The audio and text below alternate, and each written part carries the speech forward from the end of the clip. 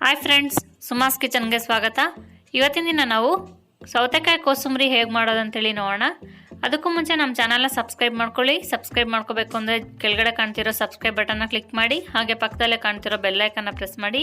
ನಾನು ಯಾವುದೇ ವಿಡಿಯೋ ಹಾಕಿದ್ರೂ ನಿಮ್ಗೆ ನೋಟಿಫಿಕೇಶನ್ ಅನ್ನೋದು ಬರ್ತಾ ಹೋಗುತ್ತೆ.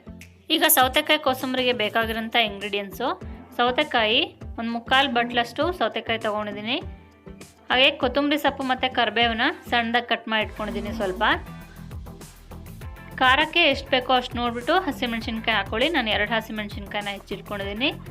ಹಾಗೆಯೇ ಎಣ್ಣೆ 2 ಚಮಚದಷ್ಟು, ದಾಳಿಂಬೆ ಹಣ್ಣು ಅರ್ಧ ಬಟ್ಲಷ್ಟು ಇಟ್ಕೊಂಡಿದ್ದೀನಿ. ರುಚಿ ಚೆನ್ನಾಗಿರುತ್ತೆ ಅಂತೇಳಿ ಹಾಕ್ತಾಯಿದ್ದೀನಿ. ಕಾಫಿ ಕುಡಿತೀವಲ್ಲ ಆ ಲೋಟದ ಅಳತೆಗೆ ನಾನು ಹೆಸರುಬೇಳೆ ತೊಗೊಂಡಿದ್ದೀನಿ. ನೋಡಿ, ಅರ್ಧ ಗಂಟೆ ಮುಂಚೆನೇ ನೆನೆಸಿಟ್ಕೊಂಡಿದ್ದೆ. ಹೆಸರುಬೇಳೆನ ಜಾಸ್ತಿ ನೆನೆಸೋದೇನು ಬೇಡ, ಒಂದು ಅರ್ಧ ಮುಕ್ಕಾಲು ಗಂಟೆ ನೆನೆಸ್ಕೊಂಡ್ರೆ ಸಾಕು. ಸಾಸಿವೆ ಅರ್ಧ ಚಮಚದಷ್ಟು, ಉಪ್ಪು ರುಚಿಗೆ ತಕ್ಕಷ್ಟು. ಇವಾಗ ಕೋಸಂಬರಿ ಹೇಗೆ ಮಾಡೋದು ಅಂತೇಳಿ ನೋಡೋಣ. ಫಸ್ಟು ಒಂದು ಸಣ್ಣ ಬಾಣಲೆ ಇಟ್ಕೊಳ್ಳಿ. ಒಗ್ಗರಣೆಗೆ 2 ಚಮಚದಷ್ಟು ಎಣ್ಣೆ ಹಾಕ್ಕೋತಾ ಇದ್ದೀನಿ.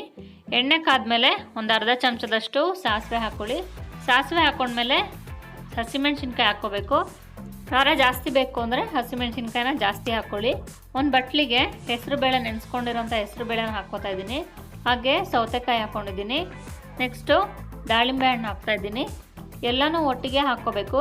ಸಣ್ಣದಾಗಿ ತುರಿದಿಟ್ಕೊಂಡಿರೋಂಥ ಕಾಯಿ, ಸಣ್ಣದಾಗಿ ಕಟ್ ಮಾಡಿ ಇಟ್ಕೊಂಡಿರೋಂಥ ಕೊತ್ತಂಬರಿ ಸೊಪ್ಪು ಮತ್ತು ಕರಿಬೇವನ್ನ ಹಾಕ್ಕೊಂಡಿದ್ದೀನಿ. ಹಾಗೆ ರುಚಿಗೆ ತಕ್ಕಷ್ಟು ಉಪ್ಪು ಹಾಕ್ಕೋಬೇಕು. ಒಗ್ಗರಣೆ ಮಾಡಿ ಇಟ್ಕೊಂಡಿರ್ತೀವಲ್ಲ ಅದನ್ನು ಕೂಡ ಇದಕ್ಕೆ ಹಾಕ್ಕೊಂಡು ಮಿಕ್ಸ್ ಮಾಡ್ಕೋಬೇಕು. ಇದನ್ನು ಚೆನ್ನಾಗಿ ಒಂದ್ಸಲಿ ಎಲ್ಲದನ್ನು ಮಿಕ್ಸ್ ಮಾಡ್ಕೋಬೇಕು. ಒಂದ್ಸಲಿ ಕಲಿಸ್ಬಿಟ್ಟು ನೋಡಿ ಉಪ್ಪು ಖಾರ ಕರೆಕ್ಟಾಗಿದೆಯೋ ಇಲ್ವೋ ಅಂಥೇಳಿ. ಹಾಗೇನಾದರೂ ಉಪ್ಪು ಕಡಿಮೆ ಅನಿಸಿದ್ರೆ ಇನ್ನೊಂದು ಸ್ವಲ್ಪ ಮೇಲೆ ಹಾಕ್ಕೊಳ್ಳಿ. ನೋಡಿ, ಇವಾಗ ಎಲ್ಲದನ್ನು ಚೆನ್ನಾಗಿ ಮಿಕ್ಸ್ ಮಾಡ್ಕೊಂಡಿದ್ದೀನಿ. ನೀವು ಮನೇಲಿ ಟ್ರೈ ಮಾಡಿ ರುಚಿ ಹೇಗಾಗಿದೆ ಅಂತೇಳಿ ಕಮೆಂಟ್ ಮೂಲಕ ತಿಳಿಸ್ಕೊಡಿ. ನಮ್ಮ ಚಾನಲ್ನ ಸಬ್ಸ್ಕ್ರೈಬ್ ಮಾಡ್ಕೊಳ್ಳಿ. ಸಬ್ಸ್ಕ್ರೈಬ್ ಮಾಡ್ಕೋಬೇಕು ಅಂದರೆ ಕೆಳಗಡೆ ಕಾಣ್ತಿರೋ ಸಬ್ಸ್ಕ್ರೈಬ್ ಬಟನ್ನ ಕ್ಲಿಕ್ ಮಾಡಿ, ಹಾಗೆ ಪಕ್ಕದಲ್ಲೇ ಕಾಣ್ತಿರೋ ಬೆಲ್ ಐಕನ್ನ ಪ್ರೆಸ್ ಮಾಡಿ. ನಮ್ಮ ವೆಬ್ಸೈಟ್ ಪೇಜ್ ಕೂಡ ಇದೆ, ಹಾಗೆ ಫೇಸ್ಬುಕ್ ಪೇಜ್ನ ಲೈಕ್ ಮಾಡೋದು ಮರಿಬೇಡಿ. Thank you for watching.